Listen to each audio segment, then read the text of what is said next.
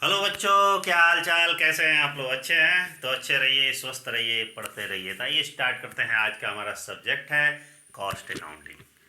तो cost accounting का ये नेक्स्ट लेक्चर है जिसमें आप कास्ट यूनिट अर्थात लागत इकाई पढ़ेंगे। क्योंकि इस समझिए कि पहले चैप्टर का ये लास्ट टॉपिक हमारा है कास्ट यूनिट।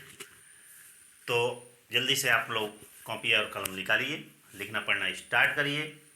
और जो चैनल पर नया है चैनल को ज़रूर सब्सक्राइब करें और वीडियो अच्छा लगे तो ज़रूर फ्रेंडों को शेयर करें, क्योंकि आपका रिस्पॉन्स ही हमें वीडियो बनाने के लिए उत्साहित करता है।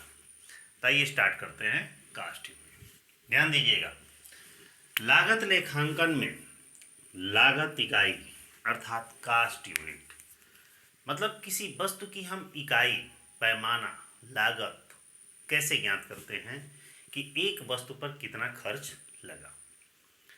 कहने का मतलब है कि किसी भी उत्पादन जब होता है, कहीं कहीं भी उत्पादन होता है, तो उसकी उत्पादन लागत ज्ञात करने की जो विधि होती है, जो तरीका होता है, और उसके आधार पर उसकी कुल लागत, प्रति इकाई लागत आसानी से ज्ञात की जा सके, तो उसी को लागत इकाई कहा जाता है।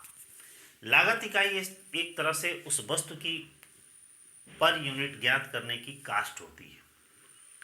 जैसे कि मान लीजिए यह लागत इकाई होती है कि प्रति किलो, प्रति कुंटल, ठीक ना, प्रति किलो, प्रति कुंटल, प्रति हजार, प्रति बैलर, प्रति लीटर, प्रति मीटर, प्रति मिलीमीटर, ठीक ना, प्रति हजार गैलन लीटर, यात्री किलोमीटर, तमाम से होते हो। तो यहाँ पे लागत इकाई का मतलब होता है किसी वस्तु की उत्पादन लागत ज्ञात करने की विधि होता है। लागत इकाई होता क्या है?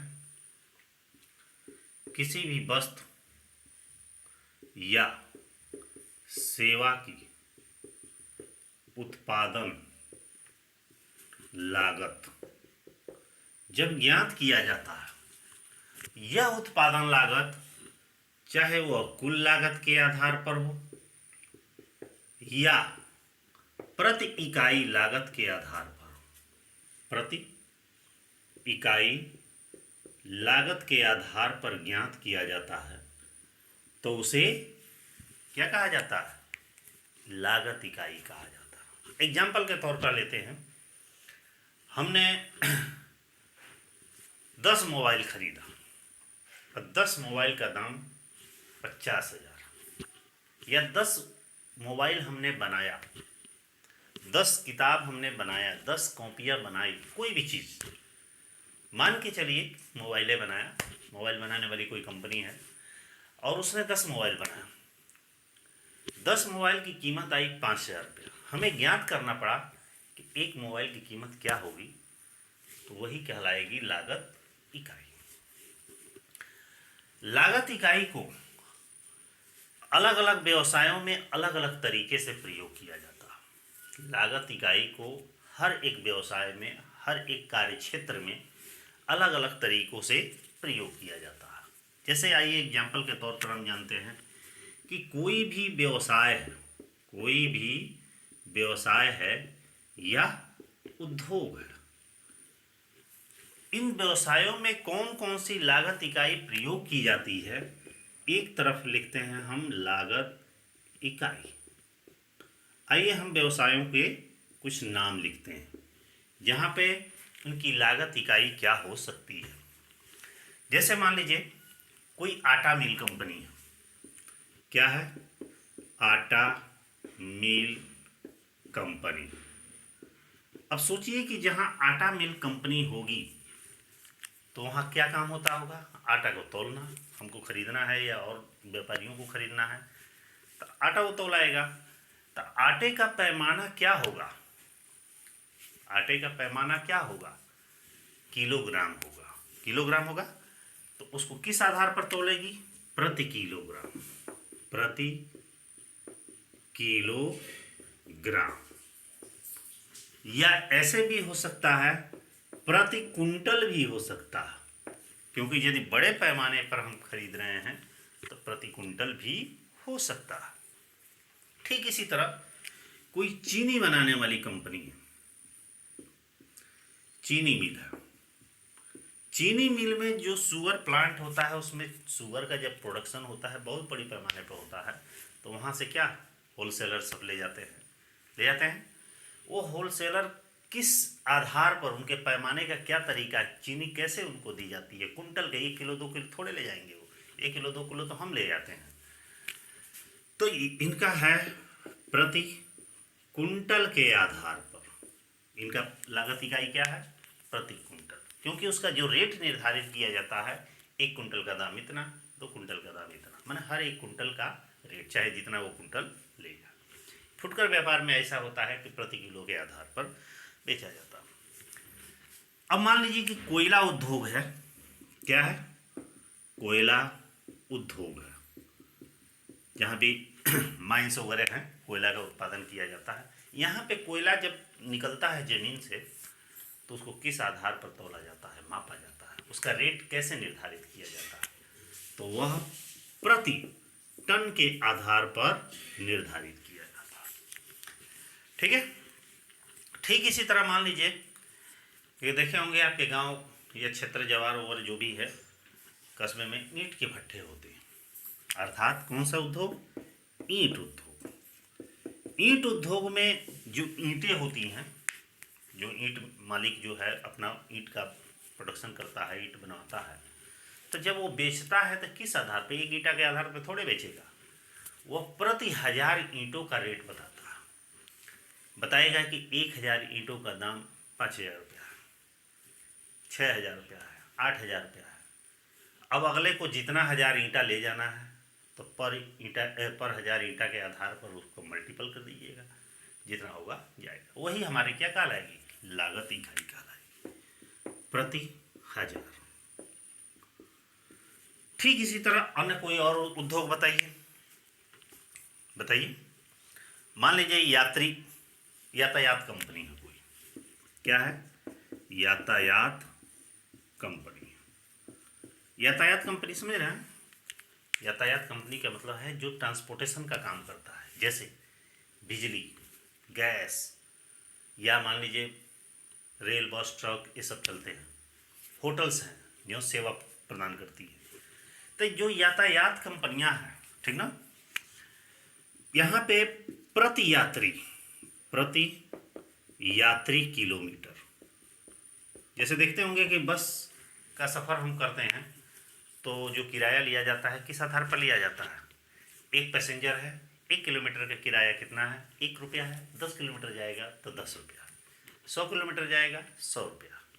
तो प्रति यात्री किलोमीटर क्या है, ये लागत इकाई आपका होता है। मान लीजिए कि पानी वाली कंपनी है कोई, पानी कंपनी समझ रहे हैं ना, आजकल बहुत बड़े पैमाने पर चल रही है, क्योंकि पानी बहुत अच्छा हर जगह का नहीं है, बोतलों में पानी बिक रहा है, गैलनों में बिक रहा है। तब पानी कंपनी का पैमाना क्या है, प्रति लीटर। ये लीटर के हिसाब से बेचा जाता है कि 1 लीटर का दाम इतना, अब चाहे जितना लीटर ले जाइए आप। ठीक इसी तरह मान लीजिए है बिजली कंपनी है,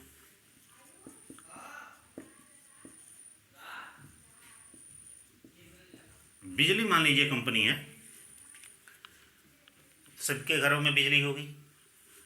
अब बिजली में मीटर लगा होगा, उसमें बिल कैसे उठता है, प्रति वाट घंटा। क्या कैसे उठता है, प्रति वाट। कैसे उठता है, प्रति वाट। प्रति वाट का मतलब है कि 1 वाट बिजली जलेगी तो रेट इतना है। अब चाहे जितना वाट वो अगला जलाए, उसके ऊपर निर्भर करता है, उसका रेट मल्टीपल होते जाएगा। ठीक इसी तरह गैस बनाने वाली कंपनी है, गैस कंपनी है, इसका पैमाना होता है प्रति क्यूबिक। गैस को क्यूबिक के आधार पर मापा जाता है। ठीक इसी तरह मान लीजिए कपड़ा कंपनी है, कपड़ा कंपनी। अब कपड़े का पैमाना क्या होता है, प्रति मीटर होता है। देखे होंगे कहीं भी कपड़ा लेने के लिए जाते हैं, रेडीमेड नहीं, ऐसे ही ओपन, तो कैसे माप के देगा? मीटर के आधार पर देगा। 1 मीटर का दाम इतना, आप चाहे जितना मीटर लीजिए, कम लीजिए, अधिक लीजिए, वो आपके ऊपर है। तो ये है आपका लागत इकाई, अर्थात किन किन व्यवसायों में लागत इकाई का पैमाना क्या है, अर्थात कास्ट पर यूनिट ज्ञात करने का इकाई क्या है, तरीका क्या है। अब बारी आती है कि लागत लेखांकन के अंतर्गत विभिन्न पद्धतियां जो अपनाई जाती हैं, तो कौन कौन से व्यवसायों में, ठीक ना, लागत पद्धतियों का प्रयोग किया जाता है, अर्थात हर व्यवसाय में अलग अलग कास्ट अकाउंटिंग मेथड का प्रयोग किया जाता है। जैसे इसके पहले जस्ट वीडियो पढ़ा है, उसमें मेथड ऑफ कास्ट अकाउंटिंग में बताया, उसमें यह है कि ये मेथड्स होते हैं जिसमें लागत इकाइयों, किन किन का लागत इकाइयों का प्रयोग किया जाता है, किन व्यवसायों का प्रयोग किया जाता है, किन क्षेत्रों में प्रयोग किया जाता है। तो आइए इधर लिखते हैं विभिन्न लागत पद्धतियों का उपयोग। विभिन्न लागत पद्धतियों का प्रयोग, ठीक है। एक तरफ लिखते हैं लागत पद्धति का नाम,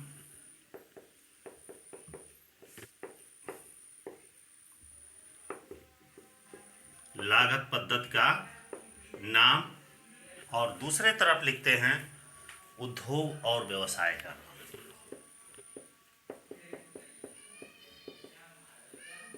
व्यवसाय का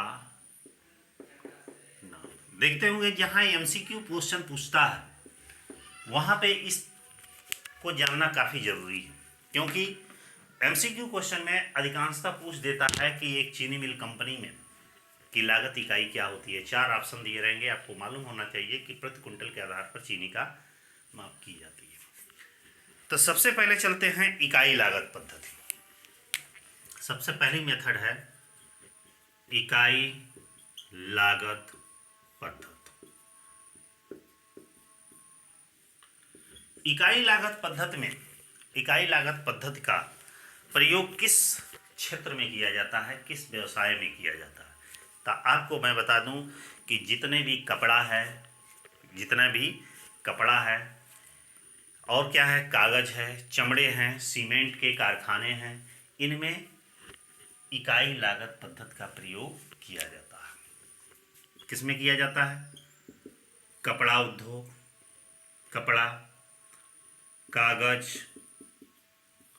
ठीक ना, चमड़ा, वह सीमेंट उद्योग में इसका प्रयोग किया जाता है, क्योंकि यहाँ पे प्रति किलोग्राम या प्रति कुंटल के आधार पर इसका पैमाना लागत इकाई होता है। आगे बढ़िए, ठेका पद्धति में, ठेका पद्धति में दूसरा हमारा है ठेका पद्धति। ठेका पद्धति में, ठेका पद्धति का प्रयोग कहाँ किया जाता है, किस व्यवसायों में किया जाता है। तो आपको बताए थे पिछले वीडियो में कि जहाँ बांध बनना हो, सड़क बनना हो, पुल बनना हो, बिल्डिंग बनना हो, ठीक ना, वहाँ पे इसका प्रयोग किया जाता है। कहाँ किया जाता है? सड़क निर्माण में, बांध निर्माण में, और क्या, पुल निर्माण में, और क्या है, इन्हीं उद्योगों में किया जाता है। आगे बढ़ते हैं उपकार्य लागत पद्धति। अगला है उपकार्य लागत पद्धति। उपकार्य लागत पद्धति का हम प्रयोग कहाँ करते हैं? उपकार लागत पद्धति का मतलब होता है जॉब कॉस्टिंग। जॉब कॉस्टिंग का मतलब होता है कि जब हम किसी ग्राहक या कस्टमर या व्यवसाय के आदेश के अनुरूप वस्तु का उत्पादन करते हैं, मैंने जैसे ऑर्डर देगा वैसे ही हम बनाएंगे, अपने मन से नहीं बनाएंगे, क्योंकि उसकी डिमांड के आधार पर हम बनाते हैं। तो वहाँ पे उपकार लागत पद्धति का प्रयोग किया जाता है। ऐसा कहाँ पे होता है? तो देखे होंगे प्रिंटिंग प्रेस में होता है, फोटोग्राफी में होता है, स्टूडियो टाइपिंग वगैरह में होता है। तो वहाँ पे जैसे प्रिंटिंग प्रेस में जाते हैं तो बताते हैं हमको इस डिजाइन में ये पेपर निकलवाना है, फोटो स्टूडियो में जाते हैं तो वहाँ पे बताते हैं भाई फ़ोटो ऐसे आना चाहिए, ठीक ना। और टाइपिंग वगैरह भी कराने जाते हैं तो वहाँ बताते हैं भाई ये 4 साइज होना चाहिए, ऐसे होना चाहिए, इतना स्पेस होना चाहिए, तमाम चीज़ों का उल्लेख। तो कार्य लागत पद्धति का प्रयोग कहाँ करते हैं? प्रिंटिंग प्रेस में, प्रिंटिंग प्रेस। और कहाँ पे? फोटोग्राफी। और कहाँ पे करते हैं? फोटोग्राफी क्या रहा, किस में करते हैं? अभी मैं बताया था, टाइपिंग में करते हैं। आगे बढ़ते हैं, नेक्स्ट उद्योग, प्रक्रिया लागत पद्धति। प्रक्रिया लागत पद्धति, प्रोसेस कास्टिंग। जानते ही होंगे कि प्रोसेस कास्टिंग क्या होता है। जब कोई भी वस्तु जिसका हम प्रोडक्शन कर रहे हैं वह कई स्टेपों से होकर गुजरता है, अर्थात कई प्रक्रियाओं से गुजरता है, कई मशीनों से गुजरता है, तब वो जाके बनता है, तो वहाँ प्रोसेस कास्टिंग का प्रयोग किया जाता है। अब इसका प्रयोग हम किस उद्योग में करते हैं? बताए थे आपको, चीनी उद्योग में, साबुन उद्योग में, ठीक ना, क्रीम उद्योग में, वर्निश उद्योग में, ठीक ना, या और भी बहुत सारे बिस्कुट है या रसायन वगैरह हैं, या रसायन, ठीक ना, रसायन बिस्कुट उद्योग में इसका प्रयोग किया जाता है, ठीक है। नेक्स्ट प्रोसेस कास्टिंग में हम चलते हैं परिचालन लागत पद्धति। परिचालन लागत पद्धति, इसको क्या कहा जाता है? Operating casting. ये ट्रांसपोर्टेशन में इसका प्रयोग किया जाता है। ट्रांसपोर्टेशन में आपका आता है साइकिल, मोटरसाइकिल, सिलाई मशीन, घड़ी, टाइपराइटर्स, ट्रांसपोर्टेशन में आता है हमारा कि जैसे एक जगह से दूसरे जगह पे वस्तुओं को पहुंचाना रहता है, इस सब का प्रयोग किया जाता है। जैसे आपको बताया कि रेल है, बिजली है, या कोई सड़क परिवहन है, गैस है, जो एक जगह से हम दूसरे जगह लाने ले जाने का कार्य करते हैं, वहाँ पे इसका प्रयोग किया जाता है। किस में किया जाता है? गैस कंपनियों में किया जाता है, बिजली कंपनी में किया जाता है, और परिवहन, जितने भी परिवहन के साधन हैं इन उद्योगों में इसका प्रयोग किया जाता है। नेक्स्ट है बहुसंख्यक लागत पद्धति। बहुसंख्यक लागत पद्धति। अब बहुसंख्यक लागत पद्धति का प्रयोग कहाँ किया जाता है? जहाँ पर कोई भी फैक्ट्री या कंपनी एक साथ बहुत सारी वस्तुओं का उत्पादन करता है, तो वहाँ बहुसंख्यक लागत पद्धति का प्रयोग किया जाता है। जैसे कि मान लीजिए साइकिल, मोटरसाइकिल, सिलाई मशीन, घड़ी, ठीक ना, इसमें क्या आएगा? साइकिल, मोटरसाइकिल, घड़ी, ठीक ना, या अन्य भी बहुत सारे टाइपराइटर उद्योग वगैरह आ जाएगा, टाइपराइटर उद्योग तमाम आता। और लास्ट हमारा ऑपरेटिंग कास्टिंग का मेथड है समूह लागत बेस अकाउंटिंग। समूह लागत पद्धति। समूह लागत पद्धति का प्रयोग कहाँ करते हैं? जहाँ प्रोडक्शन ग्रुप में होता है, समूहों में होता है, बड़े पैमाने पर होता है, एक ही चीज़ का इतना बड़े पैमाने पर होता है कि पूछिए मत। जैसे कि दवाई उद्योग, दवाइयाँ, और कहाँ होता है? और कहाँ होता है? जितने भी खाद्य पदार्थ है उनमें होता है। खाद्य पदार्थ, यहाँ पे बड़े पैमाने पर इसका उत्पादन किया जाता है। केमिकल फैक्ट्री में भी किया जाता है। तो ये तो था आपका लागत की इकाई। इसमें जाने की लागत इकाई क्या है, लागत इकाई किन किन व्यवसायों में उनकी लागत इकाई क्या होती है, और ठीक इसी तरह विभिन्न लागत पद्धतियों में, विभिन्न लागत पद्धतियों का प्रयोग किस उद्योगों में, किस व्यवसायों में, किस कारोबार में किया जाता है। तो फिलहाल आज का वीडियो इतना ही।